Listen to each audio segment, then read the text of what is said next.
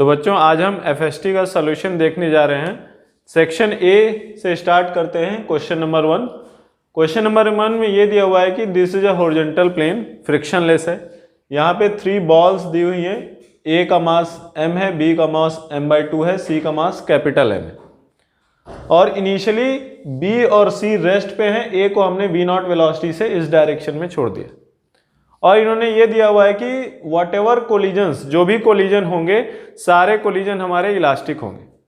तो जब A B से कोलाइड करेगा तो right after A collides with B हम सिचुएशन ऐसे लिख सकते हैं कि ए है, इसका वेलोसिटी v1 हो गया, और बी है, इसका वेलोसिटी v2 हो गया।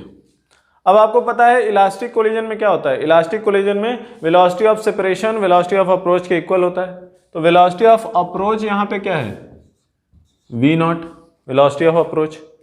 This v0 must be equal to velocity of separation. यहाँ पे सेपरेशन क्या लिखोगे, v2 माइनस v1, ये वेलोसिटी ऑफ सेपरेशन हो गया।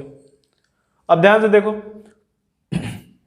कोलिजन में मोमेंटम भी कंजर्व होता है, तो मोमेंटम कंजर्व लगा दो। तो m times v0 is equal to m times v1 plus m/2 times v2। यहाँ पे इसका मोमेंटम और इसका मोमेंटम ऐड कर दिया हमने। अब ये m को सारा कैंसिल कर दो, क्या मिलेगा, twice v0 equal twice v1 plus v2। अब क्या करो, इसको 2 से मल्टीप्लाई करके इसमें ऐड कर दो। जो फर्स्ट इक्वेशन है उसको 2 से मल्टीप्लाई करो और सेकंड इक्वेशन में ऐड कर दो। तो 2v1 कैंसिल हो जाएगा, क्या बच जाएगा, 4v0 इक्वल 3 टाइम्स v2।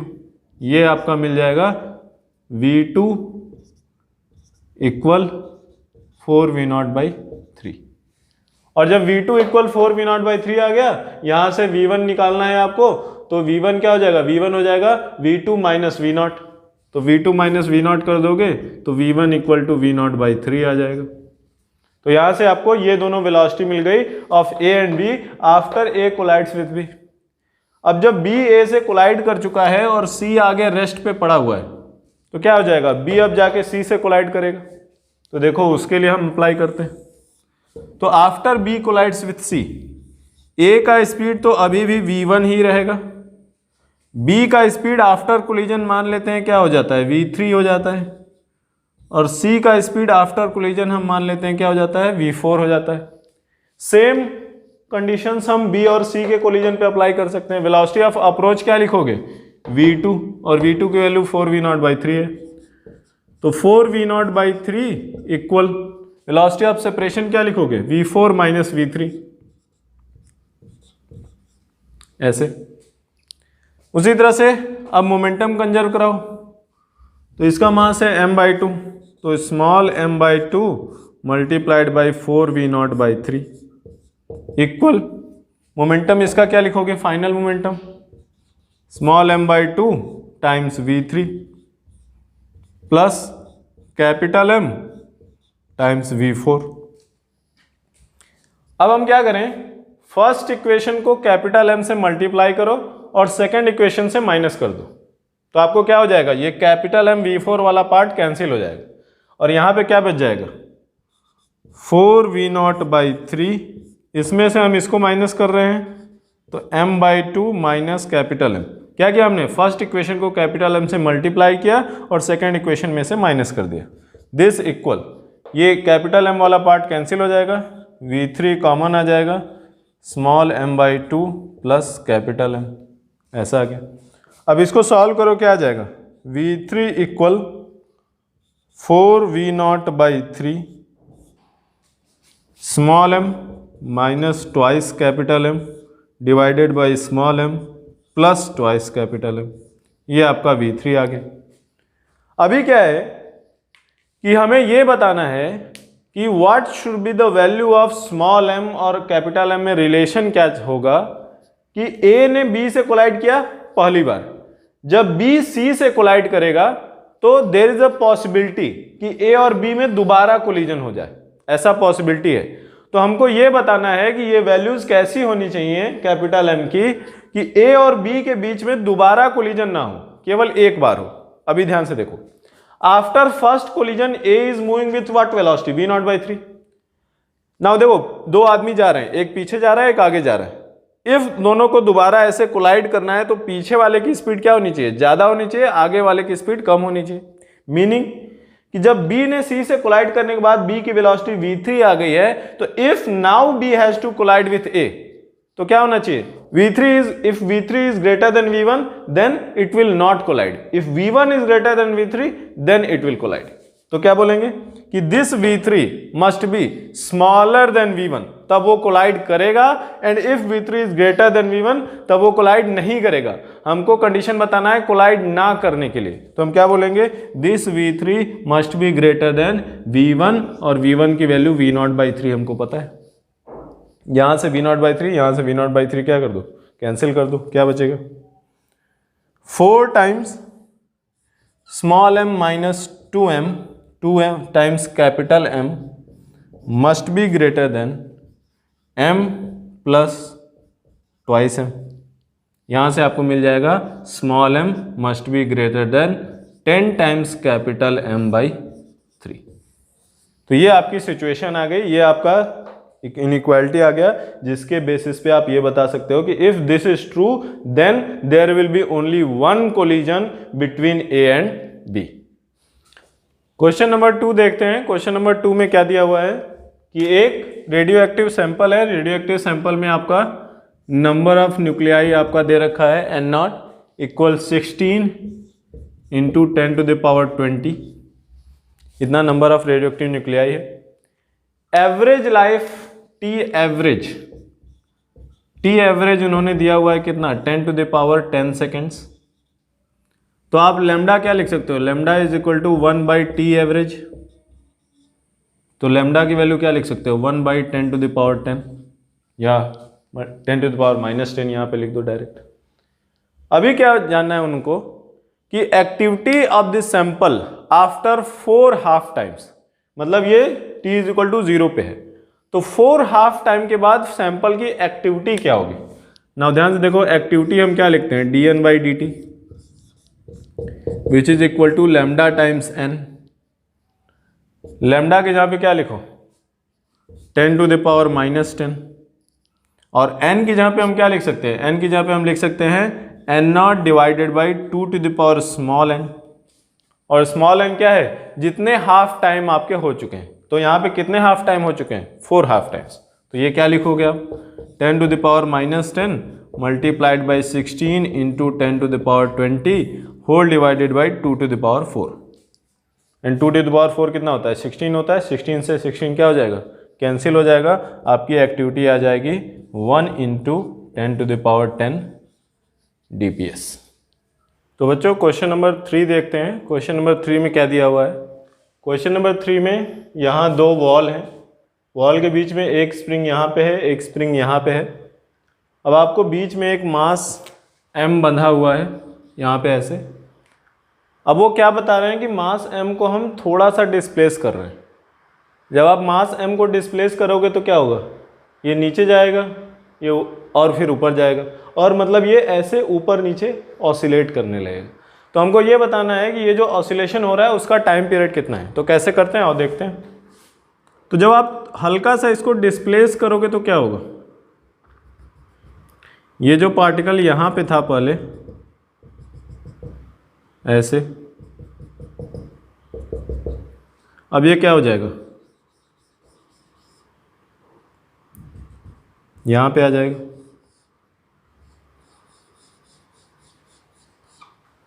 ये ऐसे हो जाएगा। तो चलो हम मान लेते हैं कि हमने इसको y डिस्प्लेस किया। सिंस ये y डायरेक्शन है तो हम मान लेते हैं कि हमने इसको y डिस्प्लेस किया। और आपके क्वेश्चन में ये दिया हुआ है कि इग्नोर द ग्रेविटेशनल फोर्स। हम जो ग्रेविटेशनल फोर्स mg डाउनवर्ड लग रहा है उसको हम इग्नोर कर सकते हैं।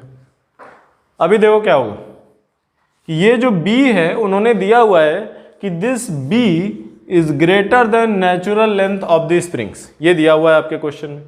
तो अब क्या होगा, यहाँ पे ये b था और ये हमने y मान लिया, तो ये लेंथ कितनी हो जाएगी, √b² प्लस y², और ये भी क्या हो जाएगी, √b² प्लस y²। तो एक स्प्रिंग जो है, ये जो स्प्रिंग है, वन स्प्रिंग कितना फोर्स लगाएगी, k times length of the spring minus natural length, extension क्या होता है, current length minus natural length, तो k times under root of B square plus Y square minus of L, ये हो गया आपका extension multiplied by k, that is force applied by one spring. लेकिन ध्यान दो ये फोर्स जो लग रहा है वो इस डायरेक्शन में लग रहा है और हमको कौन सा चाहिए, वर्टिकल फोर्स चाहिए। तो इफ हम ये एंगल थीटा मान लेते हैं तो क्या कर दें, कॉस थीटा कर दें, और कॉस थीटा आप क्या लिखोगे, कॉस थीटा हो जाएगा y divided by under root of B square plus Y square, ऐसा हो जाएगा। बट पे अटेंशन, ये तो एक स्प्रिंग का हुआ, दूसरी स्प्रिंग का भी सेम लगेगा क्योंकि ये दोनों आइडेंटिकल स्प्रिंग है, सेम लेंथ है, सब कुछ सेम है। तो क्या कर देंगे 2 टाइम्स दिस, ये हो गया टोटल आपका फोर्स।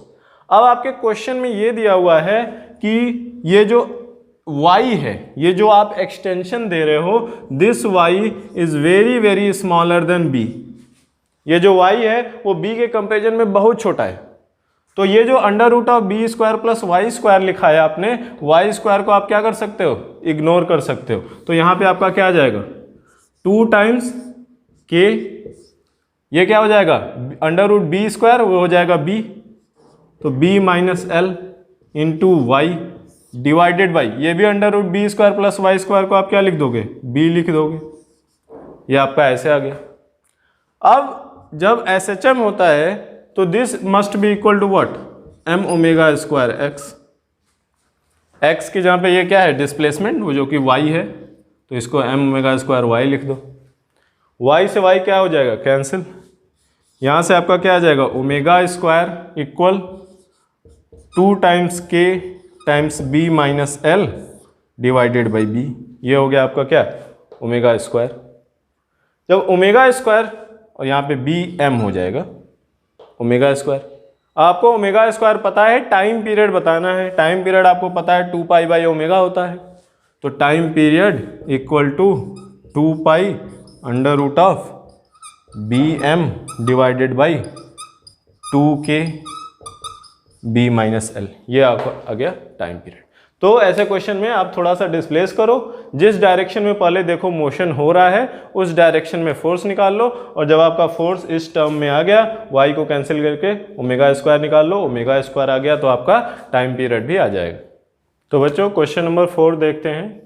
क्वेश्चन नंबर 4 में क्या दिया हुआ है कि यहाँ पे 2 स्प्रिंग्स हैं, स्प्रिंग कांस्टेंट k दोनों का सेम है, दोनों का स्प्रिंग कांस्टेंट k दिया हुआ है, आइडेंटिकल स्प्रिंग्स है।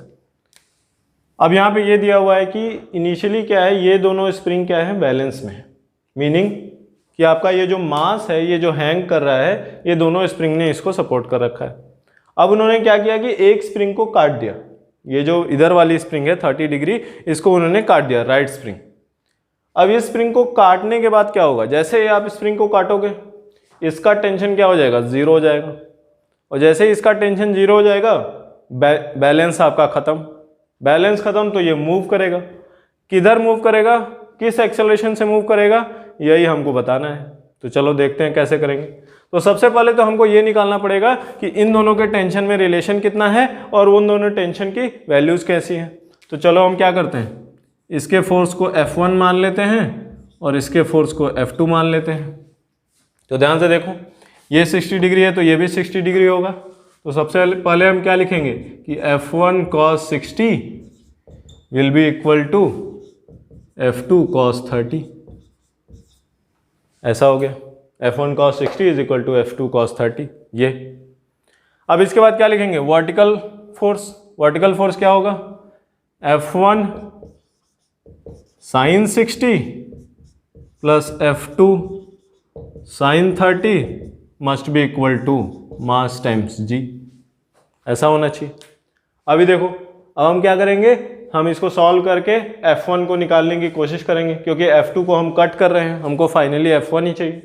तो चलो F1 निकालने की कोशिश करते हैं। जब F1 निकालना है तो हम क्या करेंगे, F2 को हम F1 के टर्म्स में लिख देंगे। क्या आएगा, F1 sin 60 प्लस F2 के जगह पे हम क्या लिख सकते हैं, F1 cos 60 divided by cos 30, और जब sin 30 बाई cos 30 आएगा तो क्या आ जाएगा, tan 30। तो ये हो जाएगा F1 cos 60 tan 30 must be equal to mg। यहाँ से F1 कॉमन ले लो आप, तो F1 इक्वल mg divided by sine 60। Sine 60 क्या होता है, √3/2 प्लस tan 30 क्या होता है, 1/√3। तो ये क्या हो जाएगा, 1/2√3 हो जाएगा। इसको आप सॉल्व करो, क्या आएगा, ये आपका आ जाएगा 2√3 टाइम्स mg डिवाइडेड बाई, यहाँ पे क्या हो जाएगा, √3 मल्टीप्लाइड बाई √3 3 और +1 4। तो 4 से यहाँ पे डिवाइड कर दो, तो ये 2/4 कैंसिल हो जाएगा, तो ये आपका आ जाएगा √3/2 mg। मीनिंग ये जो F1 है उसकी वैल्यू आपकी आ गई √3/2 mg। स्प्रिंग को कट करने के बाद हमारे पास सिचुएशन कैसी है, ध्यान से देखो। जस्ट आफ्टर कटिंग हमारे पास क्या कंडीशन है, mg डाउनवर्ड लग रहा है और F1 इस डायरेक्शन में लग रहा है। ये एंगल आपका 60 डिग्री दिया हुआ है। ध्यान से देखो, ये एंगल 60 है, ये यहां से ऐसे कर लो, ये भी 60 हो जाएगा। तो ये टोटल एंगल क्या हो जाएगा, 150। ये टोटल एंगल कितना हो गया, 150।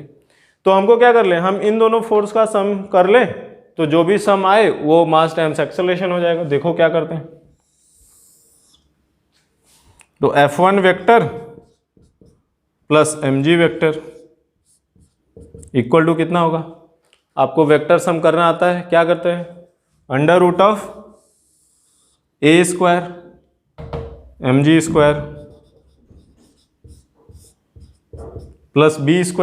b क्या है, F1 है, F1 को क्या लिख दो, mg² × 3/4 प्लस ट्वाइस ab लिखो, क्या आएगा, 2 से 2 कैंसिल हो जाएगा और √3 टाइम्स mg² और cos theta, cos of 150।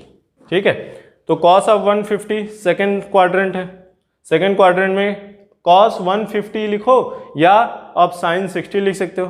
cos 150 is equal to cos of 90 + 60। लेकिन ध्यान देना, सेकेंड क्वाड्रेंट है, सेकेंड क्वाड्रेंट में cos क्या आएगा, नेगेटिव आएगा। तो हम क्या लिख देंगे, -√3/2।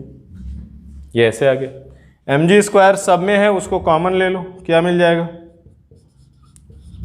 mg आपका कॉमन हो गया, √ क्या बचा, 1 + 3/4, यहाँ पे √3 माइनस √3/2 जो कि क्या आ जाएगा, -3/2। तो ये आपका क्या आ जाएगा, 3/4 - 3/2। ये आप सॉल्व करोगे तो कितना आ जाएगा, 3/4। तो 1 - 3/4 इज 1/4। तो ये √1/4 आ गया। तो ये टोटल आप पूरा सॉल्व करोगे तो आपका कितना आ जाएगा, ये आपका आ जाएगा mg/2। ये आपका आ गया mg/2। तो mg/2 जब आ गया, ये mg/2 इक्वल क्या लिखोगे आप, मास टाइम्स एक्सेलरेशन। तो आपका एक्सेलरेशन कितना आ गया, g/2। अब g की वैल्यू आप 10 ले लो, तो एक्सेलरेशन इक्वल टू क्या आ गया, 5 मीटर/सेकेंड²। तो ये आपका आंसर आ गया। तो इस तरह से आप इसको सॉल्व कर सकते हो। तो जब भी आपका स्प्रिंग का क्वेश्चन आए, आप ध्यान में रखो कि जैसे ही एक स्प्रिंग कट होगी, दूसरे स्प्रिंग का फोर्स बचा रहेगा। राइट आफ्टर कटिंग दूसरे स्प्रिंग का फोर्स बचा रहेगा और आप ऐसे नेट फोर्स करके आप एक्सेलरेशन निकाल सकते हो। तो चलो बच्चों, क्वेश्चन नंबर 5 देखते हैं। क्वेश्चन नंबर 5 में क्या दिया हुआ है। क्वेश्चन नंबर 5 में ये आपका सर्किट दिया हुआ है। यहाँ पे 60 वोल्ट की बैटरी है, 3 कैपेसिटर्स हैं, 1 माइक्रोफैराड, 2 माइक्रोफैराड एंड 3 माइक्रोफैराड। यहाँ पे 3 रेजिस्टर्स लगा रखे हैं, सबका रेजिस्टेंस 10 ओम है। अब वो क्या बोल रहे हैं कि after very long period of time, बहुत ज़्यादा टाइम हो जाता है, तो आपको ये सारे कैपेसिटर फुली चार्ज हो जाएंगे। तो फुली चार्ज होने पे सारे कैपेसिटर्स में किस रेशियो में चार्ज होगा, कौन सा इंक्रीजिंग ऑर्डर होगा, वो हमको बताना है। तो चलो देखते हैं कैसे करते हैं। आपको याद होगा कि जब भी after long period of time होता है तो कैपेसिटर जो होता है उसका जो रेजिस्टेंस होता है वो क्या हो जाता है, इनफाइनाइट हो जाता है। मीनिंग कि कैपेसिटर से फ्लो करके आपका कोई भी करंट फ्लो नहीं करता। तो ध्यान दो, कि after very long period of time हम क्या मान लेते हैं, कैपेसिटर को ओपन सर्किट मान लेते हैं। तो ओपन सर्किट मान लोगे तो क्या होगा, देखो ये वाला हटा दो यहां से, ये हट गया, ये भी हटा दो यहां से, ये भी हट गया, ये भी हटा दो यहां से, ये भी हट गया। Meaning after very long period of time आपका सर्किट कैसा बिहेव करेगा, ऐसा बिहेव करेगा। मीनिंग यहाँ पे इनफाइनाइट रेजिस्टेंस है, कुछ जाएगा ही नहीं, नो करंट, तो ऐसा ओपन सर्किट।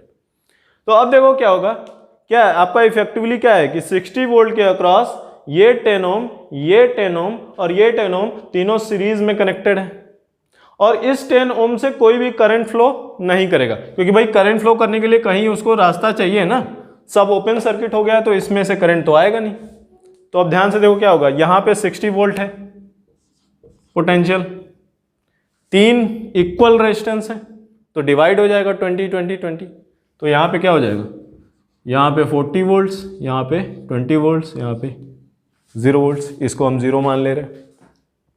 तो अब क्या होगा, यहां पे जो A था, यहां पे कैपेसिटर A था, voltage across capacitor A VA कितना आएगा, ये 60 है, ये 40 है, यहां पे कोई करंट नहीं है तो ये भी 40 हो जाएगा, तो 20 वोल्ट।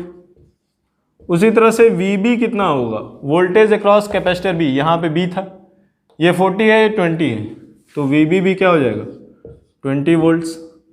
उसी तरह से VC कितना होगा, यहाँ पे 40 है, यहाँ पे 0 है, यहाँ पे कैपेसिटर C था, तो VC कितना हो जाएगा 40 वोल्ट्स। और आपको चार्ज में इंक्रीजिंग डिक्रीजिंग ऑर्डर बताना है। चार्ज क्या होता है, Q is equal to C times V होता है, तो QA क्या लिखोगे, QA A में जो यहाँ पे कैपेसिटर था, QA is equal to VA times C, 1 microfarad था, याद करो A की वैल्यू, कैपेसिटर 1 की वैल्यू 1 माइक्रोफैराड, तो यहाँ पे क्या आ जाएगा 20 टाइम्स 1 माइक्रोफैराड, 20 माइक्रोकूलम आपका चार्ज हो गया। उसी तरह से QB क्या लिखोगे, QB यहाँ पे वो कितना था 3 माइक्रोफैराड था, तो QB क्या लिखोगे 20 टाइम्स 3 माइक्रोफैराड, तो 60 माइक्रोकूलम। उसी तरह से QC क्या लिखोगे, QC में कितना वोल्टेज है 40 है, तो 40 टाइम्स, और QC की वैल्यू 2 थी, तो 2 माइक्रोफैराड। तो ध्यान से देखो, ये 80 आ रहा है, ये 60 आ रहा है, ये 20 आ रहा है, तो सबसे ज्यादा क्या है QC, सबसे कम क्या है QA, तो QA आपका smaller than QB is smaller than QC। ये आपका हो गया इंक्रीजिंग ऑर्डर ऑफ चार्ज। तो चलो बच्चों क्वेश्चन नंबर 6 देखते हैं। क्वेश्चन नंबर 6 में क्या दिया हुआ है कि ये y एक्सिस है, ये x एक्सिस है। y एक्सिस में पॉइंट A पे आपका एक वायर है, इन्फिनिटली लॉन्ग वायर, उसमें ऐसे करंट जा रहा है इस डायरेक्शन में, करंट जा रहा है, करंट की वजह से फील्ड आएगी, फील्ड क्या आएगी, ऐसे सर्कुलर करंट, ऐसे फील्ड आएगी, फील्ड मैग्नेटिक फील्ड जो आएगी। अब ये मैग्नेटिक फील्ड इस डायरेक्शन में जा रही है, अब आपको इस along the x axis L लेना है, और जब अलोंग द x एक्सिस आप लेंथ लोगे तो आपको इंटीग्रेट करना है। तो यहाँ पे आप क्या करेंगे, फील्ड को इंटीग्रेट करेंगे, क्या आएगा इंटीग्रेटिंग B.dl, ये आपको निकालना है from where to where, from A to B, meaning इस पॉइंट से लेके इस पॉइंट तक आके आपको फील्ड निकालनी, ऐसे। ये जब फील्ड निकालनी है, अब इसके लिए हम क्या करेंगे, सबसे पहले तो हमको मैग्नेटिक फील्ड पता होनी चाहिए, इंटीग्रेशन करना है हमको। देखो क्या करते हैं, यहां से एक डिस्टेंस लेते हैं, ऐसे एक रैंडम पॉइंट यहां पे ऐसा, लेट अस से कि इसका लेंथ L है, यहां से इस पॉइंट के बीच का डिस्टेंस L होगा, R सॉरी, और ये y एक्सिस से डिस्टेंस लेते हैं L। लेट अस अज्यूम कि ये एंगल थीटा है, ऐसे।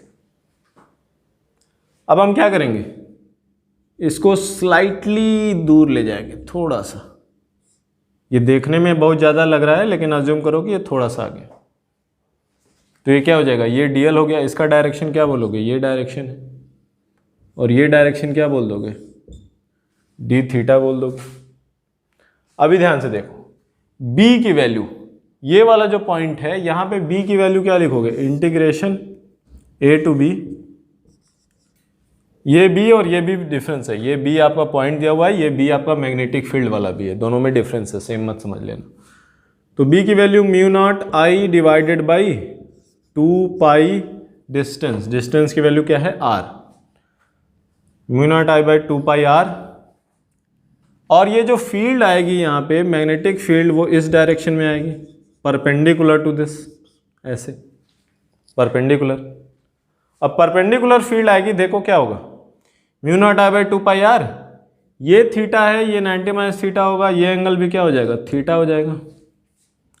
तो यहाँ पे dl और ये cos थीटा, क्योंकि ये वेक्टर आपको डॉट प्रोडक्ट करना है, तो cos थीटा आ गया ऐसे। अभी ध्यान से देखो क्या करेंगे, integrating mu nought I divided by 2 पाई। अब ये ध्यान से देखो, जो r है, r को हम क्या लिख सकते हैं, r a is equal to R cos theta, तो r is equal to a sec theta या a बाई कॉस थीटा। तो यहाँ पे हम ऐसे लिख दें, a ऊपर ले जाओगे कॉस थीटा एक ऑलरेडी है, तो कॉस स्क्वायर थीटा dl, ऐसा हो गया। नाउ ध्यान से देखो, यहाँ पे आपके दो वेरिएबल हैं, थीटा भी वेरिएबल है, l भी वेरिएबल है। तो हम ऐसा करेंगे, हम l को थीटा के टर्म्स में कन्वर्ट कर लेंगे। कैसे करेंगे देखो, करते हैं। l बाई ए क्या होगा, l by a equal tan theta, या l is equal to a tan theta. तो यहां से हम क्या लिख सकते हैं, dl equal a sec square theta, ऐसा। तो यहां पे dl equal a sec square theta लिख दो, sec square theta d theta, I mistake, d theta, sec square theta d theta. यहाँ cos square theta sec square theta क्या हो जाएगा, कैंसिल, ए से कैंसिल, क्या बच जाएगा, integrating mu nought I by 2 पाई, और ये क्या बच जाएगा, ओनली डी थीटा। ये थीटा जो है, थीटा 1 से थीटा 2 का इंटीग्रेट करोगे, जब यहाँ पे था तो थीटा 1 था, जब यहाँ पे आया तो थीटा 2 हो गया। तो थीटा 1 टू थीटा 2 इंटीग्रेट करो, क्या आएगा, म्यू नॉट आई बाई 2 पाई, ये थीटा आ गया, कहाँ से, थीटा 1 से थीटा 2। थीटा 1 क्या आएगा, ध्यान से देखो, a by root 3 divided by A, 1 by root 3। तो tan theta 1 is equal to 1 by root 3। 1 by root 3 किसका होता है, पाई बाई 6। उसी तरह से थीटा 2 के लिए a divided by A 1, tan pi by 4 1 होता है। तो इसको हम क्या लिख दें, mu nought I by 2 pi, pi by 4 minus pi by 6, pi by 4 minus pi by 6 pi by 12 होता है, पाई से पाई को कैंसिल कर दोगे तो म्यू नॉट आई बाई 24 आ जाएगा। ये आपका आंसर आ गया, mu nought I by 24 is the answer. तो बच्चों आगे चलते हैं, पैराग्राफ टाइप क्वेश्चन है, कंप्रेहेंशन आपको दिया हुआ है। उसमें उन्होंने दिया हुआ है कि 3 एक्सपेरिमेंट किए जाते हैं। आपके पास एक लेंस है, लेंस पे 3 एक्सपेरिमेंट किए जाते हैं। किस लिए, आपको लेंस का रिफ्रैक्टिव इंडेक्स बताना है, लेंस का जो मटेरियल है उसका रिफ्रैक्टिव इंडेक्स बताना है, लेंस का जो दोनों कर्व सरफेस होते हैं उनके रेडियस बताने हैं, और आपको ये बताना है कि ये जो लेंस है वो किस टाइप का लेंस है, प्लेनो कॉन्वेक्स है, प्लेनो कॉन्केव है, कॉन्वेक्सो कॉन्केव है, कॉन्केवो कॉन्वेक्स है, क्या है ये आपको बताना है। तो चलो एक्सपेरिमेंट नंबर 1 देखते हैं। एक्सपेरिमेंट नंबर 1 जो इन्होंने दिया हुआ है वो ये दिया हुआ है कि उन्होंने एक एक्सपेरिमेंट परफॉर्म किया, उसमें उनको क्या मिला कि a real object is placed 36 centimetre to the left of the lens.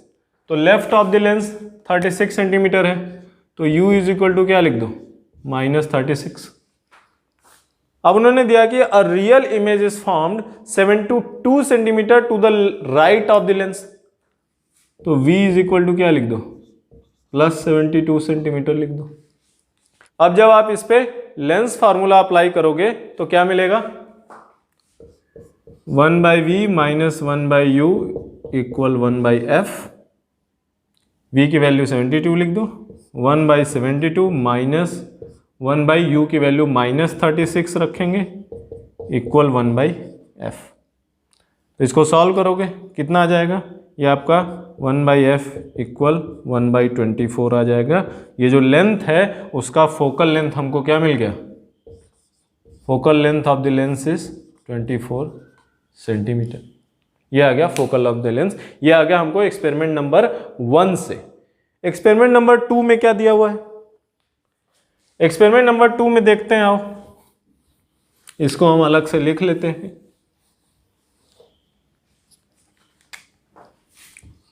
Focal length of the lens is 24 centimetre. Now अब एक्सपेरिमेंट नंबर 2 में दिया है कि this lens is floated on the surface of mercury. ये कैसा lens है हमको पता नहीं है। इसको हमने मरकरी सरफेस पे, यहां मान लो कि मरकरी सरफेस है, उस पे लेंस को हमने फ्लोट कर दिया। अब वो ये बोल रहे हैं कि सरफेस है। अब ये जो फ्लोट किया तो ध्यान से देखो, दो रेडियस ऑफ कर्वेचर हैं, एक R1 और एक R2, दो रेडियस होता है। तो अभी वो क्या बोल रहे हैं कि R2 फेसेस एयर। जब R2 ऊपर होगा तो R1 क्या होगा, मरकरी को टच करेगा। यहाँ पे लेट अस अज्यूम, हम ये अभी ऐसा लेंस है ये नहीं बोल रहे हैं, for the sake of illustration let us assume कि आपका लेंस ऐसा है, for the sake of illustration. तो for the sake of illustration आपका लेंस ऐसा है, R2 फेसेस एयर। ये R2 हो गया तो ये R1 हो गया। अब क्या करोगे, जब ये R1 को जब मरकरी से टच करोगे, आगे इन्होंने लिखा हुआ है कि assume mercury to be perfectly reflecting. जो मरकरी है वो परफेक्टली रिफ्लेक्ट कर रहा है, पूरी तरह से रिफ्लेक्टिंग है। तो क्या आएगा, यहाँ पे देखो, इसको हम ऐसे कर देते, ये ऐसा हो गया। तो आपने पढ़ा हुआ है कि इसमें क्या होता है कि जब एक लेंस के वन पार्ट को हम रिफ्लेक्ट, सरफेस को सिल्वर कर देते हैं, तो सिल्वर कर देते हैं, रिफ्लेक्टिंग हो जाता है वन पार्ट, तो हमें क्या मिलता है, हमें एक लेंस मिलता है जो कि मिरर की तरह बिहेव करता है। तो ये लेंस जब मिरर की तरह बिहेव करेगा तो इसके लिए आपने पढ़ रखा है कि हम क्या लिखते हैं कि इक्विवेलेंट फोकल लेंथ निकालते हैं हम। इक्विवेलेंट फोकल लेंथ कैसे निकालते हैं हम, सिंस पावर सबका हम ऐड करते हैं। देखो जैसे जब भी आपका ऐसा क्वेश्चन आए तो आप क्या कर सकते हो, जितने भी आपके पार्ट हैं सबके पावर को ऐड कर दो। तो क्या होगा यहाँ पे हो जाएगा -1/f इक्विवेलेंट। किसका इक्विवेलेंट, ये जो पूरा सिस्टम है इसका equivalent must be equal to, यहां पे ध्यान से देखो, ये जो लेंस है इससे आपका 2 बार रिफ्रैक्शन होगा। तो क्या लिखोगे, power of lens which is what 1/fl plus power of mirror. Power of mirror क्या लिखोगे, पावर ऑफ मिरर क्या होता है, -2/r होता है। ध्यान से देखो, पावर ऑफ मिरर में हम माइनस लिखते हैं, क्यों, ध्यान से देखो, -2/r1 हो गया ये, plus again power of lens which is 1/fl। इसको हम 2 बार क्यों ऐड कर रहे हैं, 2 बार इसलिए ऐड कर रहे हैं क्योंकि एक बार अंदर जाते समय लेंस वर्क करेगा और एक बार रेस को इससे रिफ्लेक्ट होके बाहर आते समय लेंस वर्क करेगा। तो लेंस 2 बार वर्क करेगा। तो ये आपका ऐसे आ गया। अब चलो इसको सॉल्व करते हैं, क्या मिलेगा। नाउ अब इस क्वेश्चन में कुछ और भी दिया हुआ है। क्या दिया हुआ है कि a real object is placed at 60 centimetre above, 60 centimetre real object. तो u की वैल्यू क्या आ जाएगी यहाँ पे, u इज इक्वल टू -60, इस डायरेक्शन में ना, real object is placed 60 centimetre above and a real image is form 30 centimetre above. तो v इज इक्वल टू क्या आ गया, -30 आ गया। अब ध्यान से देखो, ये जो सिस्टम है ये आपका मिरर की तरह बिहेव करता है। तो यहाँ पे हम क्या लिखेंगे, -1/f ऑफ मिरर। तो मिरर फार्मूला क्या होता है, 1/v प्लस 1/u। तो देखो 1/-30 प्लस 1/-60, ये इक्वल टू क्या हो गया, twice 2 divided by fl। fl क्या है, 24 है, तो ये 1/12 हो गया, -2/r1 हो गया। अब इसको सॉल्व करोगे तो क्या आ जाएगा, -1/20 आ जाएगा, माइनस माइनस प्लस हो जाएगा। तो ये इक्वल क्या हो जाएगा, ये 1/20 आ जाएगा। और जब आप ये सॉल्व करोगे तो आपको यहाँ से क्या मिल जाएगा कि जो R1 है, R1 की वैल्यू आपको मिल जाएगी 60 सेंटीमीटर। R1 आपको 60 सेंटीमीटर यहाँ से मिल जाएगा, आप सॉल्व करके देखो, ठीक है ना। जब R1 आपका 60 सेंटीमीटर आ गया, अब ध्यान से देखो क्या है, R1 आपका प्लस में आया है, प्लस में आया है, इसका मतलब कि देखो अभी क्या हो रहा है, रेज आपकी ऐसे आ रही है। प्लस में जाने के लिए आपको मेजरमेंट किधर होना चाहिए, नीचे की तरफ होना चाहिए, लेकिन यहाँ पे मेजरमेंट किधर की तरफ हमने दिखाया, ऊपर की तरफ। मीनिंग एक्चुअली जब R2 को ऊपर रखोगे तो R1 आपका ऐसे नहीं होगा, R1 आपका कैसे होगा, जब R2 को ऊपर रखोगे आप तो R1 आपका ऐसे होगा, ये सिल्वर्ड हो जाएगा, यहाँ मरकरी। R2 कैसा होगा अभी हमको पता नहीं है, वो हमको निकालना पड़ेगा, ठीक है। तो अभी देखते हैं कि R2 अब कैसे आएगा। चलो सेम फॉर्मूला अप्लाई करेंगे। इसके लिए हमें क्या दिया हुआ है, इसके लिए हमें थर्ड एक्सपेरिमेंट दिया हुआ है। थर्ड एक्सपेरिमेंट क्या दिया हुआ है, थर्ड एक्सपेरिमेंट ये दिया हुआ है कि the lens is floated on the mercury surface of mercury with surface having radius of curvature R1 face air। अब ये R1 को हमने एयर में फेस कर दिया, तो ये तो R1 हमको ऑलरेडी पता है कैसे होना चाहिए, तो R1 हमारा एयर में हो गया। R2 कैसा होगा हमको पता नहीं है, वो हमको निकालना है, तो चलो देखते हैं। आगे उन्होंने दिया है कि a real object is placed at 7.5 centimetre above. तो अब थर्ड एक्सपेरिमेंट में उन्होंने दिया हुआ है कि u is equal to -15/2 and a real image is found at 20/3, तो v is equal to -20/3। Same formula use करेंगे, क्या मिलेगा, -1/v + 1/u, क्योंकि ये जो सिस्टम है यहाँ पे मरकरी है, जैसा भी यहाँ पे आए R2 आपका ये सिल्वर की तरह काम करेगा, तो आपका क्या होगा, ये पूरा system as a mirror behave करेगा। दैट इज वाई इस केस में हम यहाँ पे F इक्विवेलेंट के लिए मिरर फार्मूला यूज कर रहे हैं। तो यहाँ पे लिखते हैं 1/v को क्या लिखोगे, -3/20 प्लस 1/u -2/50 इक्वल, ये आपको ऑलरेडी यहाँ पे R1 की जगह पे क्या हो जाएगा, R2 हो जाएगा, क्योंकि अब R2 सिल्वर्ड है, तो 1/12 -2/R2 ऐसे। इसको सॉल्व करो, क्या आएगा, ये माइनस माइनस प्लस कर दो बाहर करके, ये कितना आ जाएगा, 60 कॉमन ले लो,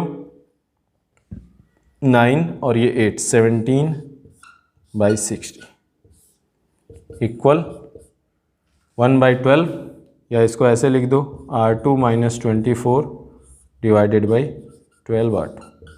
12 से यहाँ कैंसिल कर दो, 5 हो जाएगा। ये जब सॉल्व करोगे कितना मिलेगा, 17R2 इक्वल 5R2 -120। जब इसको सॉल्व करोगे आपका R2 equal -10 centimetre, meaning R2 क्या है, -10। -10 क्यों आ रहा है, ध्यान से देखो, हमारी रेज ऐसे आ रही हैं, तो रेज ऐसे आ रही हैं, तो माइनस मेजर करने के लिए R किस डायरेक्शन में होना चाहिए, अपवर्ड डायरेक्शन में, तो ये R2 आपका ऐसे हो गया। तो ये आपका एक्चुअली ये आपका लेंस बन गया। अब देखते हैं क्वेश्चन में क्या दिया हुआ है। क्वेश्चन में फर्स्ट क्वेश्चन ये पूछ रहे हैं कि ये जो लेंस है, इस लेंस का आपका रिफ्रैक्टिव इंडेक्स कितना है। चलो भाई रिफ्रैक्टिव इंडेक्स निकालते हैं। तो लेंस मेकर्स फार्मूला से आपको पता है कि रिफ्रैक्टिव इंडेक्स निकालने के लिए हम क्या बोलते हैं कि 1/FL इक्वल म्यू -1 अब ध्यान से देखो, R1 -R2 करोगे या 1/R2 -1/R1 करोगे, कोई डिफरेंस नहीं है, आप चाहे जिससे कर लो। तो चलो ये रेज इधर से ऐसे आ रही है, तो चलो हम क्या लिखते हैं कि R1 को पहले लिख देते हैं। तो इधर से रेज आ रही हैं, तो ये क्या लिखोगे, नेगेटिव वैल्यू लिखोगे। तो क्या लिखोगे, R1 की वैल्यू याद करो, R1 की वैल्यू हमने 60 सेंटीमीटर निकाली थी, तो क्या लिखेंगे नेगेटिव वैल्यू, तो 1/R1, तो 1/-60 माइनस ऑफ 1/R2, R2 की वैल्यू अभी अभी हमारी 10 आई है, तो माइनस ऑफ -10, ये ऐसा हो गया। तो 1/FL की वैल्यू 24 सेंटीमीटर आपको पता है, 1/24 इक्वल म्यू माइनस 1। अब ये क्या हो जाएगा, minus minus plus, 1/10 minus of 1/60। तो सॉल्व करो, 1/10 है, 6 है, 5/60 हो गया ये। 5/60 इज 1/12, 12 से यहाँ पे कैंसिल हो जाएगा, 1/2। तो यहाँ से आपको मिल जाएगा म्यू minus 1 equal 1/2 which gives mu is equal to 3/2। आपके फर्स्ट क्वेश्चन में ऐसा कोई भी ऑप्शन नहीं है, so none of the above is the correct option.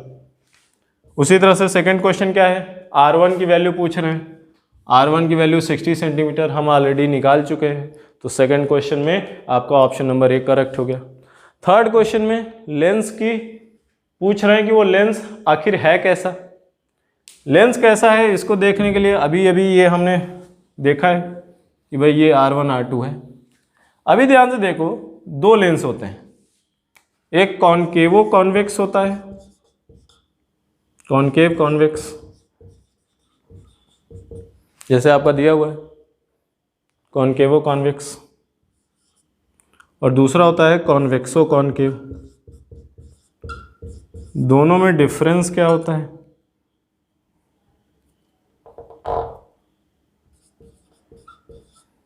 कौन सा चूज करोगे आप, यहाँ पे कॉन्वेक्सो कॉनकेव बोलोगे या कॉनकेवो कॉन्वेक्स बोलोगे। अभी ध्यान से देखो, ये जो कॉनकेव ऐसे कर्व्ड है, केव याद करो, जब केव बोलते हैं तो कॉनकेव होता है। तो ये जो कर्व है, इफ कर्व आपका बड़ा है, कर्व का जो रेडियस है R1 देखो क्या है 60 सेंटीमीटर, इफ कर्व का रेडियस बड़ा है और आपका ये जो बल्ज है उसका रेडियस स्मॉल है, तो आप इसको क्या बोलोगे, जो बड़ा रेडियस वो पहले बोलोगे। तो इसमें देखो R1 60 सेंटीमीटर, ये वाला 60 आ रहा है और ये वाला 10 आया है, तो इसका रेडियस बड़ा है, केव का रेडियस बड़ा है, तो आप क्या बोलोगे, this is the कॉनकेवो convex lens, ऐसा।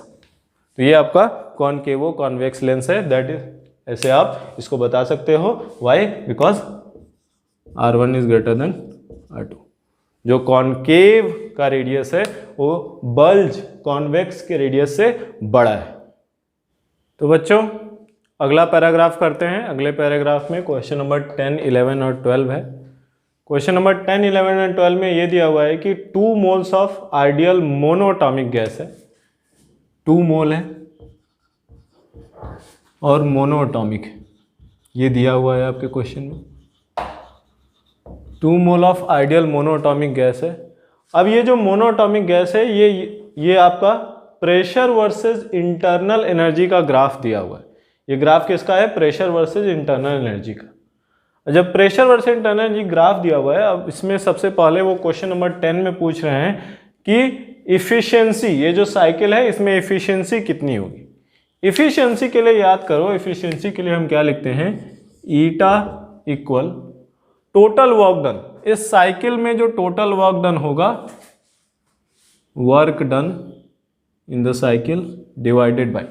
नाउ रिमेंबर, जब आप इफिशियंसी लेते हो तो आप केवल एनर्जी सप्लाइड कंसीडर करते हो। आप ये देखते हो कि work done divided by how much energy is supplied. तो देखते हैं, जब आप ए से बी जाओगे तो यहाँ पे Q सप्लाइड लिख दो। अभी देखते हैं कि कौन सा हम कंसिडर करेंगे, कौन सा कंसिडर नहीं करेंगे, अभी हम देखेंगे। Now eta work done, work done of the cycle क्या होता है भाई, 3 प्रोसेस हैं, तो हम क्या लिखेंगे, work done A to B, work done B to C, work done C to A, ऐसा कर दो। तो A से जब B जाओगे, आप ध्यान से देखो, जो इंटरनल एनर्जी होती है वो क्या होती है, U इक्वल NCV/T होता है, मतलब internal energy directly proportional to temperature. तो इफ P वर्सेस U का ग्राफ स्ट्रेट लाइन है, तो P वर्सेस T ग्राफ भी आपका क्या होगा, स्ट्रेट लाइन होगा। P/T is a constant. If P/T is a constant, तो volume is also constant. P/T is constant, volume constant, meaning कि जब आप A से B जा रहे हो तो there is no change in volume, and if there is no change in volume meaning work done is 0। तो सबसे पहला work done A to B 0। B से C पे आओ। आपकी इंटरनल एनर्जी कांस्टेंट है। इंटरनल एनर्जी कांस्टेंट है, इसका मतलब टेम्परेचर भी क्या होगा, कांस्टेंट होगा। तो क्या लिख दें, एन आर, यहाँ पे T2 लिख देते हैं, तो nRT2 ln, आइदर V2/V1 लिखो या P1/P2 लिखो, एक ही बात है। तो ln P1/P2, ये work done from B to C हो गया। C से A पे जाओ, क्या होगा, कांस्टेंट प्रेशर है। कांस्टेंट प्रेशर में वर्क डन क्या होता है, आइदर P डेल्टा V होता है और NR डेल्टा T होता है, ये भी ध्यान रखो। तो प्लस NR डेल्टा T, ये वर्क डन हो गया, होल डिवाइडेड बाई। अब आपको एनर्जी सप्लाइड देखनी है। जब आप A से B जा रहे हो, Q इक्वल क्या होता है,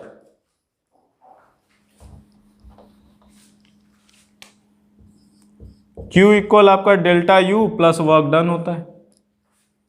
जब आप A से B जा रहे हो तो इंटरनल एनर्जी तो बढ़ रही है, ये वैल्यू पॉजिटिव है। वर्क डन हमने देखा था कि A से B में वर्क डन 0 है, मीनिंग A से जब B जा रहे हो तो energy is supplied to the system. तो A से B का वर्क डन, A से B का चेंज इन इंटरनल एनर्जी को ही हम वर्क डन लिख देंगे। और जब A से B जा रहे हो तो चेंज इन इंटरनल एनर्जी आप क्या लिखोगे भाई, चेंज इन इंटरनल एनर्जी हमेशा क्या होती है, NCV डेल्टा T होता है। या आप सिंपली देख लो, यहाँ पे U0 है, यहाँ पे 2U0 है, तो simply change in internal energy क्या हो जाएगा, 2U0 माइनस U0, U0 हो गया। तो ये आपका Q हो गया। प्लस जब आप B से C जा रहे हो तो इंटरनल एनर्जी तो चेंज हो नहीं रहा है, तो if internal energy is not changing तो QAB is equal to, sorry QAB not AB, QBC equal to WBC। और B से C जाने में वर्क डन अभी अभी आपने देखा है क्या है, ये आइसोथर्मल प्रोसेस है। इंटरनल एनर्जी कांस्टेंट तो टेम्परेचर भी कांस्टेंट। आइसोथर्मल प्रोसेस का वर्क डन यहाँ पे आपने लिखा हुआ है, तो उसको यहाँ लिख दो, nRT2 ln P1/P2, ऐसा आ गया। अब जब C से A आ रहे हो, नाउ पे अटेंशन, जब आप C से A आ रहे हो तो QCA equal to delta UCA plus WCA, ऐसा लिखोगे। नाउ ध्यान से देखो, डेल्टा UCA क्या है, नेगेटिव क्वांटिटी है, क्योंकि जो चेंज इन इंटरनल एनर्जी है फाइनल स्मॉलर है, इनिशियल बिगर है, तो ये आपका माइनस है। और वर्क डन क्या होगा, हमने देखा था टेम्परेचर कम हो रहा है, NR डेल्टा T, तो टेम्परेचर कम हो रहा है तो ये वैल्यू भी क्या होगी, नेगेटिव होगी। मीनिंग कि QCA में एनर्जी सप्लाई नहीं हो रही है, एनर्जी एक्सट्रैक्ट हो रही है। जब आप C to A प्रोसेस कर रहे हो तो एनर्जी एक्सट्रैक्ट हो रही है, तो आप जब इफिशिएंसी कंसिडर करोगे तो यहाँ पे आप C से A का चेंज इन एनर्जी जो Q होता है उसको कंसिडर नहीं करोगे। क्यों नहीं कंसिडर करोगे, क्योंकि यहाँ पे एनर्जी एक्सट्रैक्ट हो रही है, सप्लाई नहीं हो रही है। चलो अब ये आ गया, इसको अब सॉल्व कैसे करें। सॉल्व करने में देखो प्रॉब्लम क्या है, T2 नहीं पता है हमको, P1/P2 तो ln2 हो जाएगा, क्योंकि 2P0 divided by P0 ln2, T2 नहीं पता। लेकिन हमको ये पता है कि क्या होता है, U इक्वल टू NCV/T होता है।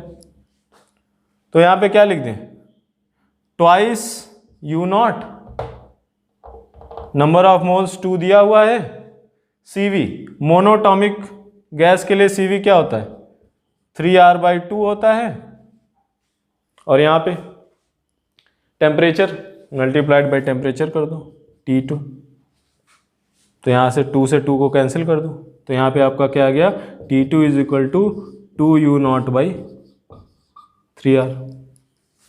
यहाँ पे उसको पुट कर दो, क्या मिल जाएगा, तो T2 is equal to 2U0/3R। उसी तरह से जब आप इसको सॉल्व करोगे तो आपको मिल जाएगा T1 इक्वल टू U0/3R। यहाँ पे सिंपली 2U0 की जगह पे U0 आ जाएगा। तो T1 आपका ये आ गया, T2 आपका, T1 क्या है इस पॉइंट पे टेम्परेचर, T2 क्या है यहाँ पे टेम्परेचर। अब इस पे जब आप रखो यहाँ पे N की जगह पे 2 रख दो, तो 2 times R times T2, T2 क्या है 2U0/3R ln2 plus 2 times R और डेल्टा टी क्या करोगे, फाइनल माइनस इनिशियल, ठीक है। तो 2 टाइम्स आर डेल्टा टी क्या लिखोगे, minus of U nought by 3r।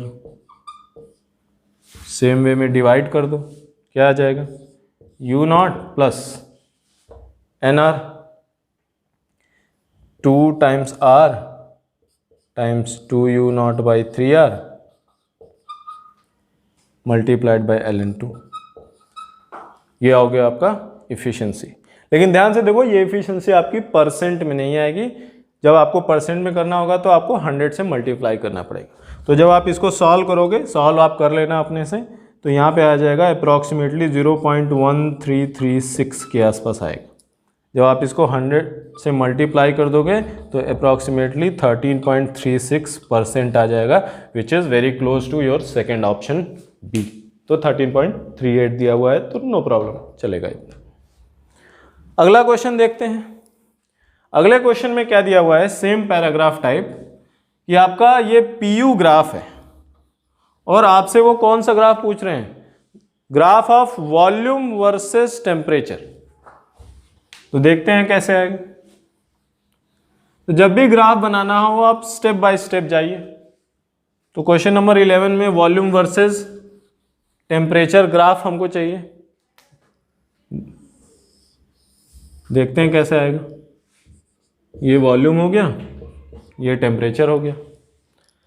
ए से स्टार्ट करते हैं। देखो, ए से स्टार्ट किया, सबसे पहले हम ए से गए बी। तो volume versus temperature, pay attention, यहां पे क्या था, जब आप ए से बी जा रहे हो P by T is constant, volume is constant. तो ए से जब बी जाओगे वॉल्यूम आपका क्या है, कांस्टेंट है, और टेम्परेचर क्या हो रहा है, बढ़ रहा है। तो ग्राफ आपका समथिंग लाइक दिस आएगा। आप ए पॉइंट से बी पॉइंट पे चले गए, ग्राफ आपका ऐसा आ गया। बी से सी जाओगे, क्या होगा, देखो टेम्परेचर तो कांस्टेंट है, मतलब स्ट्रेट लाइन जाएगा, और प्रेशर क्या हो रहा है, कम हो रहा है। प्रेशर कम हो रहा है तो वॉल्यूम क्या होगा, बढ़ेगा। तो हम कहाँ जाएंगे, ऊपर के डायरेक्शन में जाएंगे। बी से सी आ गए। और जब सी से ए जा रहे हो तो टेम्परेचर क्या हो रहा है, कम हो रहा है, और वॉल्यूम देखो टेम्परेचर कम हो रहा है, प्रेशर कांस्टेंट है। तो PV is equal to NRT, temperature is decreasing, pressure is constant, तो वॉल्यूम विल आल्सो डिक्रीज। और ये कांस्टेंट है तो ये आपका स्ट्रेट लाइन इक्वेशन है। तो यहाँ से ये स्ट्रेट लाइन में यहाँ से ऐसे आ जाएगा, ठीक है। तो ये आपका हो गया volume versus temperature graph, which is same as option number B. चलो अगला क्वेश्चन देखते हैं बच्चों। अगला क्वेश्चन क्या दिया हुआ है, अगले क्वेश्चन में आपको क्वेश्चन नंबर 12 में चाहिए graph of pressure versus volume.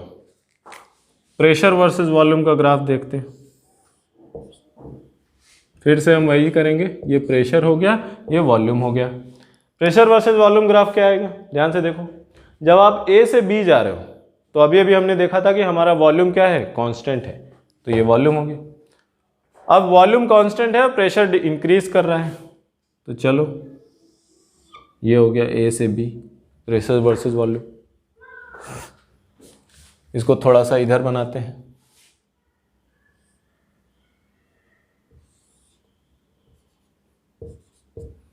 जब आप ए से बी गए तो आपका वॉल्यूम कांस्टेंट था, प्रेशर बढ़ गया। जब बी से सी गए क्या है, टेम्परेचर कांस्टेंट है, आइसोथर्मल, रिमेंबर आइसोथर्मल कर्व बना दो यहाँ पे, सी आ गया।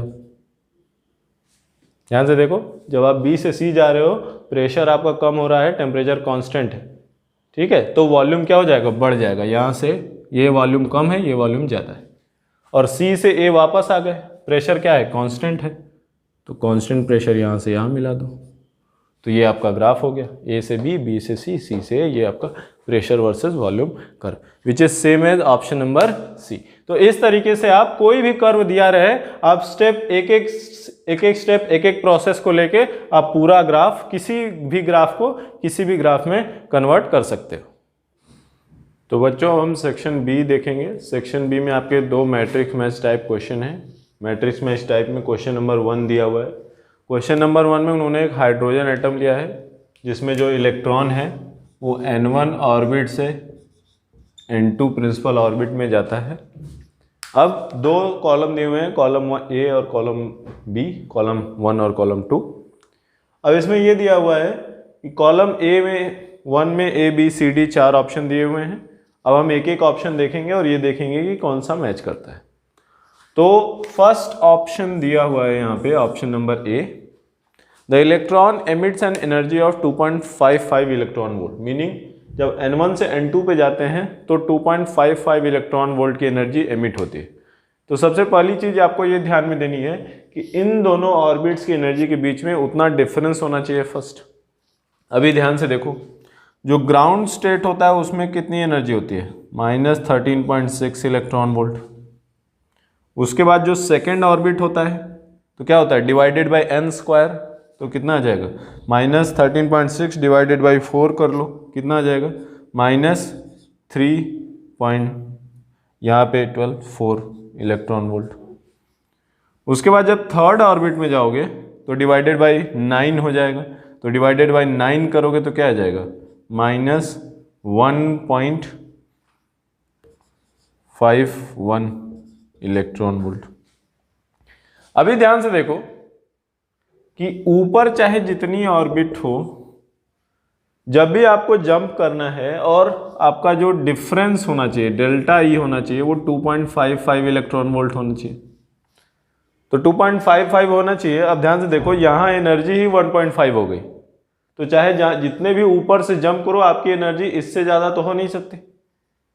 जब सेकंड पे जंप करोगे तो मैक्सिमम एनर्जी रिलीज कितनी होती है, 3.4। कब, जब आप एक्साइटेड आउटसाइड से वापस 2 पे आओ, फ्री इलेक्ट्रॉन को सेकंड ऑर्बिट में ले आओ, तब ऐसा होगा। लेकिन हम क्या करें, जैसे जैसे क्लोजर से जंप करेंगे इसके पास आती जाएगी। मीनिंग कि हमारा इनिशियल ऑर्बिट का तो पता नहीं, फाइनल ऑर्बिट कितना होगा, सेकंड। फाइनल ऑर्बिट आपका सेकंड से ऊपर नहीं हो सकता। इनिशियल आप निकालने के लिए पूरा कैलकुलेट कर सकते हो, लेकिन आपको इस क्वेश्चन में पूरा कैलकुलेट करने की जरूरत नहीं है। इनिशियल ऑर्बिट आपको पता नहीं भी रहेगा, फाइनल ऑर्बिट 2 आ गया सेकंड पे, इसमें केवल 1 ऑप्शन है जो कि ऑप्शन नंबर क्यू है। तो यहाँ पे ऑप्शन क्या आ जाएगा, ए के लिए जो फर्स्ट दिया हुआ है कि energy release is 2.55 electron volt, तो उसके लिए हो गया ऑप्शन क्यू। अब आप चाहो तो आप कैलकुलेट करके देख सकते हो कि जब आप फोर्थ ऑर्बिट से सेकंड ऑर्बिट पे जंप करोगे तो 2.55 इलेक्ट्रॉन वोल्ट एनर्जी एमिट होगी। अब सेकंड देखते हैं क्या दिया हुआ है, क्वेश्चन बी।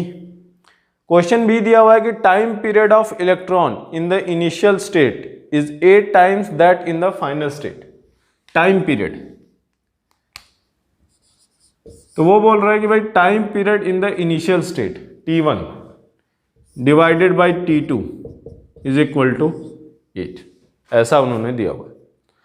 हमको पता है कि time period is proportional to n³। n क्या है, प्रिंसिपल क्वांटम नंबर। तो यहां से इसको हम ऐसा लिख सकते हैं, 8 is equal to n1³ divided by n2³। तो यहां से आपका ये आ जाएगा कि n1 by n2 cube root कर दोगे बोथ साइड तो 2। Initial time period is 8 times the final time period. इसमें भी 2 का रेशियो है, इसमें भी 2 का रेशियो है, इसमें 2 का रेशियो नहीं है, इसमें 2 का रेशियो है, इसमें 2 का रेशियो है। तो बी के लिए कौन कौन सा ऑप्शन सही है, P, Q, S और T, ये 4 ऑप्शन सही हैं, R ऑप्शन सही नहीं है। ऑप्शन सी देखते हैं। ऑप्शन सी में क्या दिया हुआ है, speed of electron becomes 2 times, meaning कि final speed, meaning second orbit में जो स्पीड ऑफ इलेक्ट्रॉन है वो फर्स्ट ऑर्बिट के स्पीड ऑफ इलेक्ट्रॉन की डबल है। आपको पता होगा, याद होगा कि v is proportional to 1/n, meaning आप जितने लोअर ऑर्बिट में जाओगे स्पीड आपकी उतनी ही ज्यादा हो जाएगी। अब देखो क्या बोलेंगे कि v is proportional to 1/n, so क्या हो जाएगा, v2/v1 must be equal to n1/n2, यहां से ऐसे। अब ध्यान से देखो, n1/n2 इक्वल 2 दिया हुआ है, देखो किसमें किसमें n1/n2 इक्वल टू 2 है, P, Q, S और T। तो आपका C के लिए ऑप्शन क्या हो गया, C के लिए ऑप्शन हो गया P, Q, S और T, ये 4 ऑप्शन हो गए सी के लिए। सेम वे में हम डी ऑप्शन देखते हैं क्या दिया हुआ है। डी में दिया हुआ है कि radius of orbit of electron becomes 4.77 angstrom, meaning R2 equal to 4.77 angstrom उन्होंने दे रखा है। तो R2 4.77 एंगस्ट्रॉम दिया हुआ है, पे अटेंशन। आपको पता है कि Rn को हम क्या लिख सकते हैं, Rn को हम n² A0 भी लिख सकते हैं। तो n² A0, और A0 की वैल्यू क्या आती है, n² 0.53 एंगस्ट्रॉम, ऐसे हम करते हैं, ये वैल्यू आपको याद होगी। नाउ फाइनल वैल्यू इतनी दी हुई है, तो यहाँ पे ऐसे लिख दो 4.77 एंगस्ट्रॉम। तो n² की वैल्यू क्या हो जाएगी, 4.77 डिवाइडेड बाई 0.53। तो आप इसको डिवाइड कर दो तो आपका ये 9 आ जाएगा, मीनिंग यहाँ से आपका आ गया n2 इक्वल 3। इनिशियल कितना है हमको उससे मतलब नहीं है, फाइनल रेडियस इतना है। फाइनल रेडियस इतना है तो हमको केवल n2 निकालना है, n1 से मतलब नहीं है। n1 से जब हमको मतलब नहीं है तो ये क्या हो जाएगा, r और s दोनों ऑप्शन में फाइनल स्टेट इज 3rd, तो यहाँ पे हो जाएगा r भी आपका सही है और s भी सही है। तो इस ऑप्शन के लिए, डी ऑप्शन के लिए कौन कौन सा सही है, r एंड s। तो दीज 2 ऑप्शंस आर करेक्ट। अब हम मैट्रिक्स मैच का क्वेश्चन नंबर 2 देखेंगे। क्वेश्चन नंबर 2 में आपका क्या दिया हुआ है कि 2 कॉलम है। कॉलम 2 में आपका ये दिया हुआ है कि यहाँ पे जैसे देखो कॉलम 2 के 1 2 3 4 5 ऑप्शंस हमने बनाए हैं। पहले ऑप्शन में क्या है कि 2 इन्फिनिटली लॉन्ग आपके करंट कैरिंग कंडक्टर्स हैं। वो करंट कैरिंग कंडक्टर्स कैसे हैं, ऐसे, करंट किधर है, बोर्ड के बाहर। क्यू में क्या है, सेम करंट कैरिंग कंडक्टर्स हैं, लेकिन जो -A पे है उसमें करंट अंदर जा रहा है, जो +A पे है उसमें करंट बाहर आ रहा है। आर में क्या ऑप्शन है, -A0 पे +Q चार्ज रखा हुआ है, A0 पे +Q चार्ज रखा हुआ है। एस में क्या है, -A0 पे +Q, A0 पे -Q। और टी में क्या है, टी में आपका ये चार्ज, ये आपका रॉड्स है, यहाँ पे +λ आपका चार्ज डेंसिटी है। तो +λ जो चार्ज डेंसिटी है, ये रॉड्स आपके ऐसे रखे हुए हैं, स्ट्रेट ऐसे, perpendicular to x axis, parallel to y axis, ये चार्ज आपके ऐसे रखे हुए। ठीक है ना।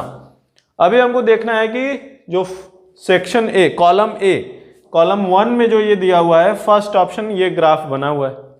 अब हमको मैच करना है कि ये ग्राफ किस किस केस के लिए पॉसिबल है यहाँ पे ना। जब ये ग्राफ आप मैच करेंगे, आपके क्वेश्चन में ये दिया हुआ है कि दिस ग्राफ, ये ग्राफ आपका वेक्टर भी हो सकता है। ये जो y एक्सिस आप दिखा रहे हो, ये ग्राफ में ये आपका x एक्सिस हो गया, और ये यहाँ पे ये वर्टिकल, ये ऐसे y एक्सिस हो गया। तो ये जो ग्राफ आप दिखा रहे हो, ये आइदर आपका वेक्टर भी हो सकता है और मैग्नीट्यूड भी हो सकता है। मीनिंग ये जो y डायरेक्शन है, नॉट नेसेसरली कि ये पॉजिटिव निगेटिव शो कर रहा है। y डायरेक्शन आपका जो यहाँ जो भी force, electric field, magnetic field जो भी आएगा, उसका मैग्नीट्यूड भी शो कर सकता है और वेक्टर फॉर्म भी शो कर सकता है। तो देखेंगे कैसे होगा।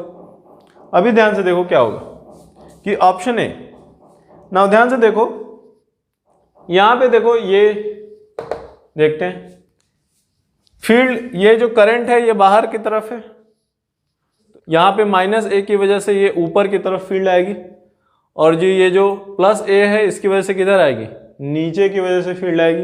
तो 0 पे क्या हो जाएगा, ओरिजिन पे क्या हो जाएगा, ओरिजिन पे टोटल फील्ड क्या हो जाएगी, 0 हो जाएगी। लेकिन यहाँ पे ओरिजिन पे टोटल फील्ड 0 नहीं है, तो ए ऑप्शन के लिए दिस इज नॉट करेक्ट। इस पे देखते हैं, यहाँ पे ध्यान से देखो, अंदर की तरफ नीचे, बाहर की तरफ नीचे, तो ओरिजिन पे 0 नहीं होगा, तो यहाँ पे पॉसिबल है। अब देखते हैं यहाँ पे क्या होगा। ध्यान से देखो, ऐसे जा रहा है, तो अंदर के जब जाओगे तो फील्ड ऐसे आएगी। तो यहाँ पे आपको लग सकता है कि इसके जस्ट पास में फील्ड नीचे की तरफ जा रही है, तो आपको डायरेक्शन तो निगेटिव है, लेकिन मैग्नीट्यूड क्या होगा, बहुत ज़्यादा होगा। तो यहाँ पे मैग्नीट्यूड क्या लिखना पड़ेगा, बहुत ऊपर लिखना पड़ेगा। लेकिन इफ आप केवल मैग्नीट्यूड ले रहे हो, मैग्नीट्यूड कभी निगेटिव नहीं होता है, तो मैग्नीट्यूड कभी निगेटिव नहीं होता है, तो यहाँ पे ऐसा नहीं कर सकते कि आधे सेक्शन में हम मैग्नीट्यूड दिखा रहे हैं, आधे सेक्शन में वेक्टर दिखा रहे हैं, ऐसा नहीं करना है। या तो पूरा ग्राफ आपका मैग्नीट्यूड शो कर रहा है या तो पूरा ग्राफ वेक्टर शो कर रहा है। नाउ ये प्लस क्रॉस है, क्रॉस है मतलब करंट अंदर की तरफ जा रहा है, मैग्नेटिक फील्ड ऐसे आएगी आपकी नीचे की तरफ जाएगी, नेगेटिव साइन। बट इफ आप बोलो कि सर हमको मैग्नीट्यूड लेना है, तो मैग्नीट्यूड लेना है तो यहाँ पे मैग्नीट्यूड ले रहे हो तो यहाँ भी मैग्नीट्यूड लेना पड़ेगा, मीनिंग दोनों अलग अलग नहीं ले सकते। तो यहाँ पे हमारा नेगेटिव वैल्यू होना चाहिए, तो इसके लिए ये वाला भी सही नहीं है। प्लस क्यू में देखते हैं, यहाँ प्लस क्यू है तो प्लस क्यू लोगे तो फील्ड का डायरेक्शन इधर ऐसे आएगा और इधर में ऐसे जाएगा, तो यहाँ पे पॉजिटिव इधर निगेटिव, दैट इज करेक्ट। ओ पे फील्ड क्या होगा, इधर की वजह से भी सेम फील्ड लगेगा, इसकी वजह से भी सेम फील्ड लगेगा, तो जीरो आ जाएगा, विच इज नॉट हियर, तो ये भी सही नहीं है आपका, ये भी गलत है। अब आते हैं एस में, यहाँ पे देखो पॉजिटिव निगेटिव करेक्ट है, लेकिन जो फील्ड आएगी इन दोनों की वजह से ओरिजिन पे फील्ड जीरो नहीं होगी, तो दैट इज करेक्ट। जैसे जैसे आप इधर जाओगे, जब a,0 पे आओगे तो क्या होगा, फील्ड ऐसे आएगी पॉजिटिव डायरेक्शन, और a,0 के जस्ट बाद क्या होगा, फील्ड ऐसे चली जाएगी नेगेटिव, ये पॉजिटिव डायरेक्शन, ये पॉजिटिव डायरेक्शन, a, पॉजिटिव। तो यहाँ पे देखो ये वाला तो सेटिस्फाई कर रहा है यहाँ पे कि इसके जस्ट आगे पॉजिटिव, इसके जस्ट पीछे निगेटिव, ओरिजिन पे जीरो नहीं है। a,0 के जस्ट पहले फील्ड पॉजिटिव है, लेकिन a,0 के जस्ट बाद, ना ध्यान से देखो ये माइनस चार्ज है, माइनस चार्ज है तो फील्ड क्या होती है, इंटर करती है, फील्ड इंटर करती है, तो यहाँ पे ये ग्राफ सही है, मतलब ए के लिए एस ग्राफ इज करेक्ट ना, ए के लिए एस ग्राफ इज करेक्ट। अब इसमें देखो क्या होगा, टी में ये प्लस लेमडा फील्ड है, फील्ड यहाँ से कैसे निकलती है, इस डायरेक्शन में, तो इधर और इधर, तो ये दोनों के लिए सही है। लेकिन यहाँ पे y पे क्या हो जाएगा, इधर से भी फील्ड ऐसे, इधर से भी फील्ड ऐसे, y पे फील्ड जीरो हो जाएगी, यहाँ पे जीरो नहीं है, जीरो से थोड़ा ऊपर है, तो this graph is not correct. तो ऑप्शन नंबर ए के लिए कौन सा सही है, ओनली एस। तो कॉलम 1 में ऑप्शन बी देखते हैं, कॉलम 1 में जो बी ग्राफ है उसमें क्या दिया हुआ है, ये ग्राफ दिया हुआ है। नाउ हमने पहले ही बताया था कि ये आइदर मैग्नीट्यूड हो सकता है या वेक्टर हो सकता है, दोनों में से कुछ भी हो सकता है, हमको देखना पड़ेगा। नाउ पे अटेंशन, तो हम क्या करेंगे, एक एक ग्राफ को देखेंगे कि कौन सा सेटिस्फाई कर रहा है। नाउ यहाँ पे पहले ही हमने देखा है कि ये आपका करंट कैरिंग कंडक्टर्स है, ऐसे आपका जीरो पे देखो नीचे की तरफ, जीरो पे ऊपर की तरफ, तो यहाँ पे जीरो होना चाहिए, तो ये ऑप्शन तो करेक्ट होगा नहीं क्योंकि यहाँ पे जीरो नहीं है। उसी तरह से क्यू पे आते हैं, इसकी तरफ से नीचे की तरफ, इसकी वजह से भी नीचे की तरफ, तो यहाँ पे क्या हो सकता है, जीरो नहीं होगा, तो ये ऑप्शन सही हो सकता है। बाकी कंडीशंस देखते हैं, जब यहाँ पे आप करंट अंदर की तरफ ले जाओगे तो फील्ड ऐसे होगी, मतलब -a,0 के जस्ट पहले on the right side field किधर जा रही है, नीचे की तरफ, इनफाइनाइट है। तो इफ हम वेक्टर कंसिडर करें तो नेगेटिव होना चाहिए, जो कि यहाँ पे दिया नहीं हुआ है। बट इफ हम मैग्नीट्यूड कंसिडर करें तो इनफाइनाइट मैग्नीट्यूड होना चाहिए, जो कि करेक्ट है। और राइट साइड में जब आओगे फिर से मैग्नीट्यूड इनफाइनाइट होगा, जो कि करेक्ट है। अब देखो जीरो पे क्या हो जाएगा, इसकी वजह से नीचे, इसकी वजह से भी नीचे, दोनों का मैग्नीट्यूड ऐड होके यहाँ पे इतना बचेगा।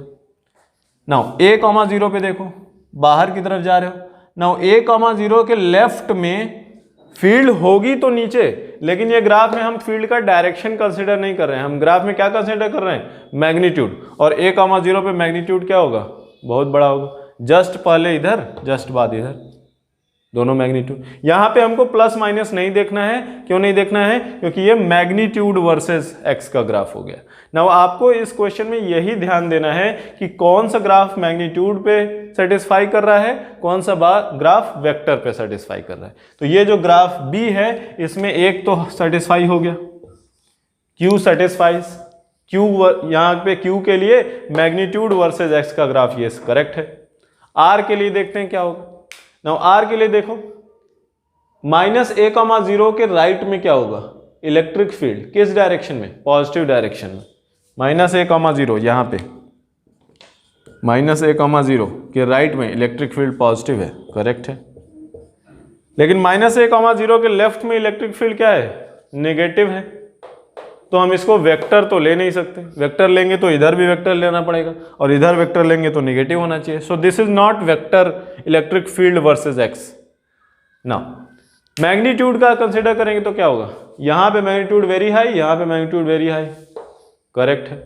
लेकिन बीच में ओ पे क्या हो जाएगा, यहां भी प्लस क्यू, यहां भी प्लस क्यू, इक्वी डिस्टेंस है। ओ पे मैग्नीट्यूड क्या होना चाहिए, 0 होना चाहिए, लेकिन यहां पे ओ पे मैग्नीट्यूड 0 नहीं दिखाया है। मीनिंग ये आर इस ग्राफ को सेटिस्फाई नहीं कर रहा है। मीनिंग चाहे आप मैग्नीट्यूड लो चाहे इलेक्ट्रिक फील्ड लो, आपका आर का ये ग्राफ नहीं बन सकता।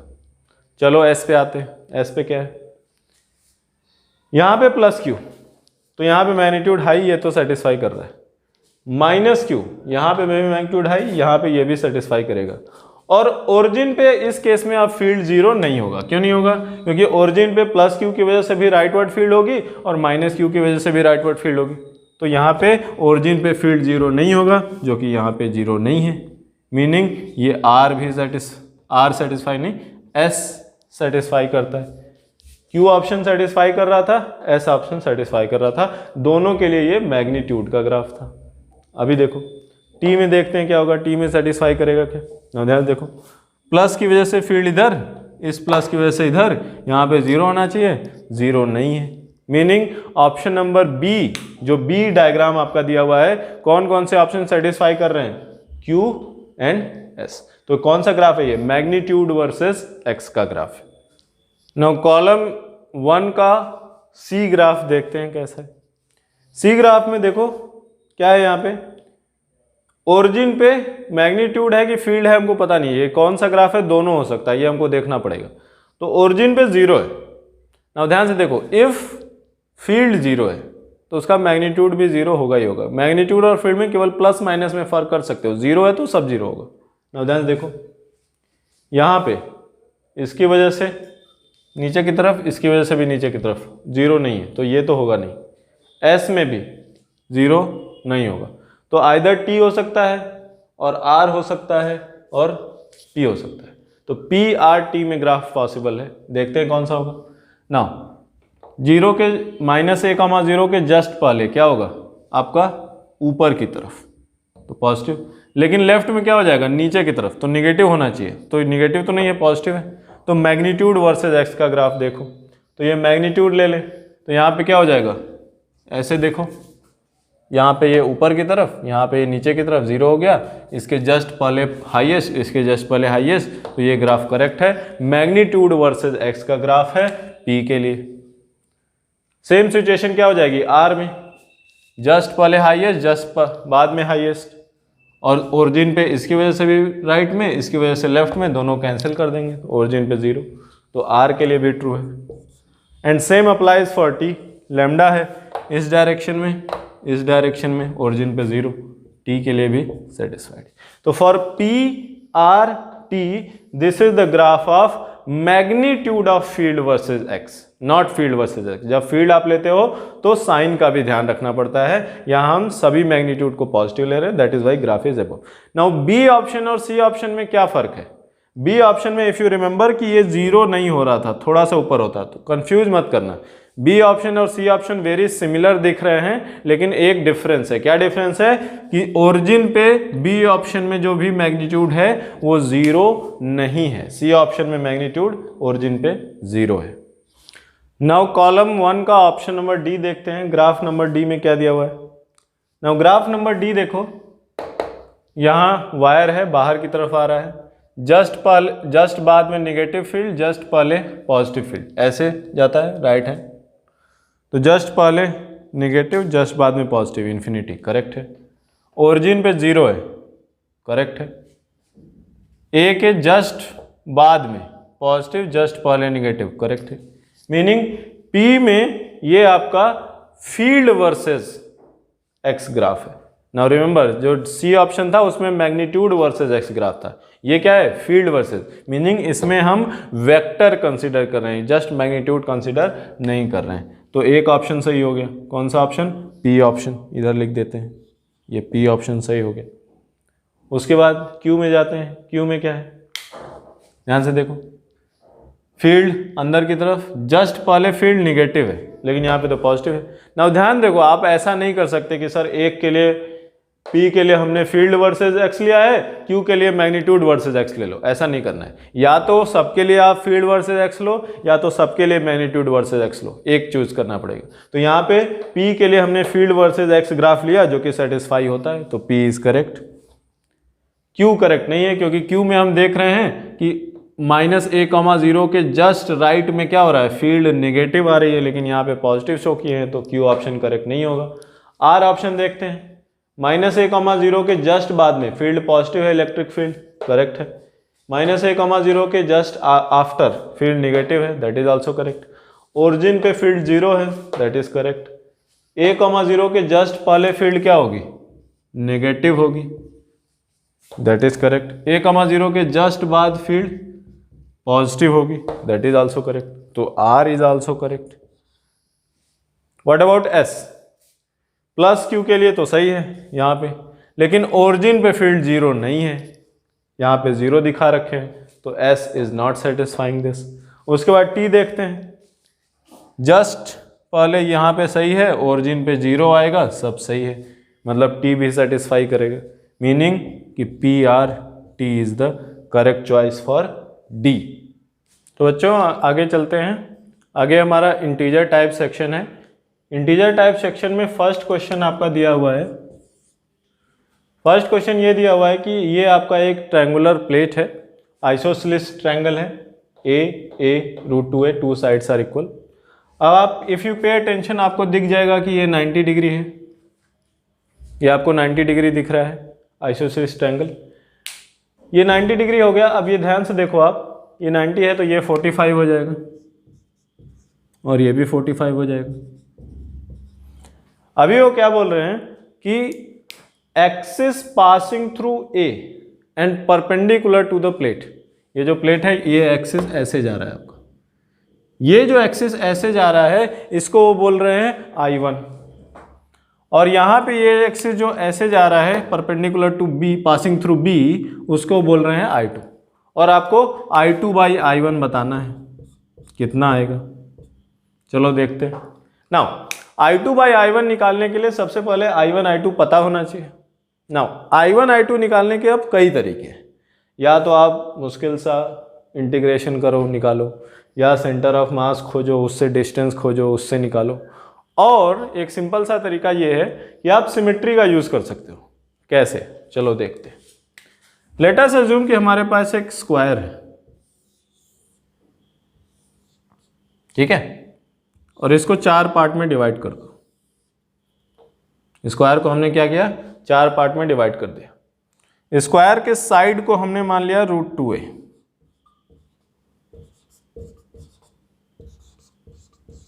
मास को हमने मान लिया 4m, every part is m, like this. अभी ध्यान से देखो, इफ आप देखो तो ये जो प्लेट दिया हुआ है ये एक पार्ट है, ये वाला सेक्शन, ध्यान से देखो, ये साइड ए हो जाएगी, ये ए हो जाएगी, ये 1 पार्ट है। अभी ध्यान से देखो, स्क्वायर में हम क्या बोलते हैं कि ये एक्सिस आपका इफ हो, ये एक्सिस, तो आप क्या बोलते हो, टोटल मास साइड का स्क्वायर डिवाइडेड बाय 6, ml²/6, तो क्या आ जाएगा, यहाँ पे टोटल मास आ जाएगा 4m, साइड कितना है √2a डिवाइडेड बाय 6, ये इसका हो गया। और ये क्या है, ये सिंपली सिमेट्रिकल है, इसका 1 पार्ट है 1/4, तो मल्टीप्लाइड बाय 1/4 कर दो, तो 4 से 4 यहाँ पे क्या हो जाएगा, कैंसिल हो जाएगा, 2² 2 हो जाएगा, तो ये आपका आ जाएगा कितना, ma²/3। तो आपको यहाँ से ऐसे सिमेट्रिकल वे में आप क्या कर सकते हो, I1 = ma²/3, तो ये आ गया आपका I1। सेम सिमेट्री का यूज करके हम I2 निकालेंगे। देखो कैसे निकालते हैं, ध्यान से देखो। अगेन एक स्क्वायर लेंगे, पिछली बार इसको 4 पार्ट किया था, इस बार इसको 8 पार्ट करेंगे। स्क्वायर है, ध्यान से देखो ये वाला पार्ट। अब ये जो स्क्वायर है इसका लेंथ हम ले रहे हैं 2a, ये a हो गया, ये a हो गया, ये भी a, ये भी a, यहाँ पे भी a, ये क्या हो जाएगा √2a हो जाएगा। तो देखो सिमेट्रिकल है, तो 8 टाइम्स हो जाएगा। अभी हम क्या मानेंगे कि ये स्क्वायर का मास कितना है 8m और साइड कितना है 2a, तो ये टोटल कितना आएगा, टोटल का इस एक्सिस के अराउंड मोमेंट ऑफ इनर्शिया कितना आएगा 8m साइड 2a का स्क्वायर डिवाइडेड बाई कितना आ जाएगा 6। ये टोटल का है और हमको टोटल तो चाहिए नहीं, हमको इसका केवल एक पार्ट चाहिए। ध्यान से देखो, ऐसे देखो, यहाँ पे सेम चीज़ है, यहाँ पे देखो सेम, तो क्या कर देंगे मल्टीप्लाइड बाई 1/8। ये आप सॉल्व कर लो, कितना आ जाएगा 8 से 8 कैंसिल हो जाएगा, तो ये आपका आ जाएगा 2ma²/3। ये I2 हो गया। तो जब I1 आपका ma²/3 है, I2 आपका 2ma²/3 है, तो I2/I1 कितना आ जाएगा 2। ये आपका आ गया। ये सिमेट्री का आप यूज करोगे तो आपको मोमेंट ऑफ इनर्शिया निकालना आसान हो जाएगा, अदरवाइज आप इंटीग्रेशन करने लगोगे तो बहुत दिक्कत आएगी। तो चलो बच्चों अगला क्वेश्चन देखते हैं, इंटीजर टाइप क्वेश्चन नंबर 2। इसमें क्या दिया हुआ है, यहाँ पे आपको 2 इंक्लाइन प्लेन दिए हुए हैं। एक इंक्लाइन प्लेन से पॉइंट नंबर ए से हम एक प्रोजेक्टाइल फेंकते हैं और ये प्रोजेक्टाइल जो है इनिशियल वेलोसिटी u है, ये u है। अब हम कैसे फेंक रहे हैं, इंक्लाइन प्लेन से 90 डिग्री, इंक्लाइन प्लेन से ऐसे 90 डिग्री हमने थ्रो किया। अब ये क्या हुआ, ये आपका ऐसे ऐसे ऐसे ऐसे गया और यहाँ दूसरे इंक्लाइन पे भी ये 90 डिग्री पे ही स्ट्राइक किया। अब ध्यान से देखो, पे अटेंशन, ये अल्फा एंड बीटा दिया हुआ है angle of inclination which is equal to 30 degree. यहाँ पे O दिया हुआ है, OA और OB, यहाँ पे B है आपका which is equal to 20 centimetre, जो कि आपका गिवन है। नाउ ध्यान से देखो, इंक्लाइन प्लेन से 90 डिग्री है, लेकिन हॉरिजॉन्टल से कितना होगा, ये 30 है, ये 30 है, तो ये कितना होगा 60, मीनिंग एंगल ऑफ प्रोजेक्शन आपका कितना हुआ 60। उधर देखो, ये 30, ये भी 30, तो ये एंगल ऑफ स्ट्राइक कितना होगा, ये भी 60 होगा। मीनिंग कि हॉरिजॉन्टल से सेम एंगल पे हम ये प्रोजेक्ट कर रहे हैं और सेम एंगल पे स्ट्राइक भी कर रहे हैं। मीनिंग कि ये जिस पॉइंट से चले हैं और जिस पॉइंट पे स्ट्राइक कर रहे हैं, they are both at the same horizontal level. तो हमको ये जो प्रोजेक्टाइल है इसका हॉरिजॉन्टल रेंज बताना हो तो हम क्या कर दें, OA cos alpha, OB cos beta. तो range will be equal to OA cos alpha plus OB cos beta. ये हो गया रेंज। OA और OB की वैल्यू 20 सेंटीमीटर दी हुई है, देखो तो ये क्या हो जाएगा 20 cos 30, और भाई यहाँ पे ये और ये दोनों सेम हैं तो सिंपली क्या कर दो 2 से मल्टीप्लाई कर दो, तो 40 सेंटीमीटर होगा, उसको मीटर में लिख दें तो क्या आ जाएगा 0.4, 2 इंटू 20 40, cos 30 क्या होता है √3/2, तो ये कितना आ जाएगा 0.2√3। ये आपका हो गया रेंज। और आपको पता है कि इफ आपको u पता हो, थीटा पता हो, तो रेंज इक्वल क्या लिखते हो आप, range equal u² sine of 2 theta divided by g equal 0.2√3। अब यहाँ से सॉल्व कर लो, g को यहाँ से 10 मान के मल्टीप्लाई कर दो, कितना आ जाएगा 2√3। तो u² sign 2 theta, sign 2 theta कितना है, ये थीटा कितना है आपका angle of projection which is 60, तो साइन ऑफ 120, साइन ऑफ 120 को आप cos ऑफ 30 भी लिख सकते हो। तो u square cos 30 equal to √3, 0.2 into 10 2 √3, √3 से √3 कैंसिल, यू स्क्वायर इक्वल 4, ये आपका आ गया u इक्वल 2 मीटर पर सेकेंड। मीनिंग आपका ये जो प्रोजेक्टाइल है किस स्पीड से फेंका गया है, 2 मीटर पर सेकेंड। तो आपका ये इंटीजर टाइप क्वेश्चन आंसर आ गया 2। तो बच्चों अब हम क्वेश्चन नंबर 3 देखते हैं। क्वेश्चन नंबर 3 में क्या दिया हुआ है कि if sound heard by the observer whose equation is given, meaning ये एक साउंड वेव का इक्वेशन दिया हुआ है। अब वो बोल रहे हैं कि ये जो साउंड ऑब्जर्वर सुनता है तो बीट्स सुनाई देते हैं उसको। बीट्स सुनाई देते हैं कि मतलब यहाँ पे 2 फ्रीक्वेंसीज हैं, दोनों में थोड़ा सा डिफरेंस है। और उन्होंने बोला है कि जो बीट फ्रीक्वेंसी सुनाई देती है उसकी वैल्यू ट्वाइस के है, तो आपको के की वैल्यू बतानी है। चलो देखते हैं क्या करेंगे। जब आपका ऐसा इक्वेशन आता है तो आप इसको इस स्टैंडर्ड फॉर्म में लिख लो। स्टैंडर्ड फॉर्म क्या होता है, 2p0 साइन ऑफ। नाउ अभी इन्होंने दे रखा है कि x की वैल्यू 0 है, तो x की वैल्यू 0 है तो x वाला टर्म हमको लिखने की जरूरत नहीं है। तो हम क्या लिखेंगे, ω1 माइनस ω2 डिवाइडेड बाई 2t, ऐसा। और यहाँ पे लिखेंगे cos of ω1 plus ω2 by 2 times t। ये हो गया आपका ऐसे। अब आप इसमें कंपेयर करो, कंपेयर करो तो यहाँ पे क्या हो जाएगा, ω1 माइनस ω2 बाई 2 इक्वल 10 पाई। तो यहाँ से आप ऐसा लिख सकते हो कि ω1 माइनस ω2 इक्वल 20 पाई। और सेम वे में यहाँ पे कंपेयर करो तो क्या आ जाएगा, ω1 माइनस ω2 इक्वल 400 पाई। ना अभी जब आपको बीट फ्रीक्वेंसी जाननी है, बीट फ्रीक्वेंसी आपको पता है क्या होता है, beat frequency is nothing but μ1 minus μ2, ऐसा ये बीट फ्रीक्वेंसी होता है।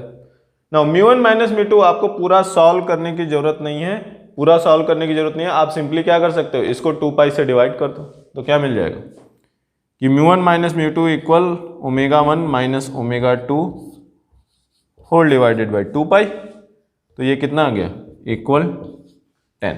मीनिंग आपको कितनी बीट सुनाई देगी, बीट फ्रीक्वेंसी कितनी है, 10 बीट्स पर सेकेंड। तो यहाँ पे 10 इक्वल टू आप क्या लिख दो, 2 टाइम्स के।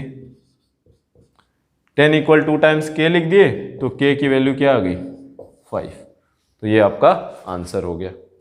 क्वेश्चन नंबर 4 देखते हैं। क्वेश्चन नंबर 4 में क्या दिया हुआ है कि a certain amount of monoatomic gas है, आइडियल गैस है, जो एक प्रोसेस के थ्रू जाती है, अंडरगोज प्रोसेस। और उस प्रोसेस का कंडीशन ये दिया हुआ है, क्या दिया हुआ है, density times internal energy power eta equal C। और ये दिया हुआ है कि for this process delta W बाई डेल्टा Q इज 2/3। और हमको ईटा की वैल्यू निकालनी है। यहाँ पे ये जो ईटा है इसकी वैल्यू हमको निकालनी है। अभी देखो कैसे करेंगे। तो सबसे पहले तो क्या है, ये जो पॉलीट्रॉपिक प्रोसेस है इसका स्टैंडर्ड फॉर्म हमको PV पावर x के फॉर्म में पता है, PV power x equal to constant. तो हम पहले इसको स्टैंडर्ड फॉर्म में लिखने की कोशिश करेंगे, देखेंगे क्या आता है। तो डेंसिटी क्या होता है भाई, मास कांस्टेंट है। डेंसिटी क्या होता है, nothing but mass by volume. तो डेंसिटी को मास बाय वॉल्यूम लिख दो, ये V हो गया, ये डेंसिटी हो गई। और जो इंटरनल एनर्जी है, इंटरनल एनर्जी क्या होता है, NCVT। तो N टाइम्स CV और टाइम्स T होता है, लेकिन हमको T नहीं चाहिए, हमको V के टर्म्स में चाहिए, P और V के टर्म्स में। तो T के जगह पे हम क्या लिख सकते हैं, T के जगह पे हम PV डिवाइडेड बाई NR लिख सकते हैं, whole power eta equal constant. सही। अभी इसको सॉल्व करोगे तो क्या आ जाएगा, P power eta times V power eta minus 1, और ये कांस्टेंट आएगा तो सारा मिला के यहाँ पे सम अदर कांस्टेंट C1 लिख दिया हमने। अभी ईटा P पावर ईटा नहीं चाहिए आपको, P पावर 1 चाहिए, तो पावर 1 बाई ईटा कर लो। तो P power 1 into V power eta minus 1 divided by eta equal another constant C2। तो इसको पी पावर एक्स से आप कंपेयर करो, पी पावर एक्स से कंपेयर करो तो क्या मिलेगा, x की value 1 minus 1 by eta, x equal 1 minus 1 by eta, ये आपकी x की वैल्यू आ गई। अभी देखो हम क्या करेंगे, हमको वर्क डन चाहिए, तो वर्क डन हम क्या लिखते हैं, polytropic process. In case of polytropic process work done is nothing but n r delta t divided by 1 minus x, this is your work done. और change in internal energy delta Q, delta Q आप क्या लिख सकते हो, n delta t, और molar heat capacity for a polytropic process, molar heat capacity for a polytropic process क्या होती है, r divided by 1 minus x plus r divided by gamma minus 1, ये आ गया। अब आपको delta Q by delta W by delta Q की value दे रखी है, what is delta Q by delta W, 2/3 equal, इसको इससे डिवाइड कर दो, क्या मिलेगा, n delta T r cancel हो जाएगा, क्या बचेगा, 1/1 minus x divided by 1/1 minus x plus 1 by gamma minus 1। अब इसमें आप क्या करोगे, x के जगह पे आप 1 माइनस 1 बाई ईटा रख दोगे, गामा की जगह पे मोनोटॉमिक गैस है, तो मोनोटॉमिक गैस के लिए गामा कितना होता है, 5/3 होता है, तो गामा की जगह पे 5/3 लिख दोगे। तो जब आप इसको सॉल्व करोगे तो आपका ईटा की वैल्यू आ जाएगी 3। इसको आप सॉल्व करके अपने से देख लेना, कुछ नहीं करना है, यहाँ पे बस x की वैल्यू यहाँ पे 1 माइनस 1 बाई ईटा रख देनी है, और गामा की वैल्यू मोनोटॉमिक के लिए 5/3 रख देना। क्वेश्चन नंबर 5 देखते हैं। क्वेश्चन नंबर 5 में क्या दिया हुआ है, एक एक्सरे ट्यूब है जिसका ऑपरेटिंग वोल्टेज 40 किलोवोल्ट है और current flowing is 10 milli ampere. तो इस एक्सरे ट्यूब के लिए आप पावर क्या लिख सकते हो, power is equal two volt times ampere, तो ये हो जाएगा 40 इंटू 10⁻³ मल्टीप्लाइड बाई 10 इंटू 10⁻³ तो ये आपका आ जाएगा 400 वाट और 400 जूल पर सेकेंड। अब उन्होंने ये लिखा है क्वेश्चन में कि आउट ऑफ दिस 400 जूल पर second 1% energy is converted into x ray, remaining energy is converted into heat. तो कितना एनर्जी हीट में कन्वर्ट होगा, 99%। तो कितना लिख दें कि 400 into 99 divided by 100, this much is the heat produced पर सेकेंड। अब यही हीट प्रोड्यूस पर सेकेंड को क्वेश्चन में लिखा गया है 99 टाइम्स n। कैंसिल कर दो, 99 कैंसिल हो गया, 0 0 कैंसिल हो गया, यहाँ से आपका n इक्वल 4 आ गया। तो आपको आंसर में क्या लिखना है, n की वैल्यू बतानी है विच इज 4।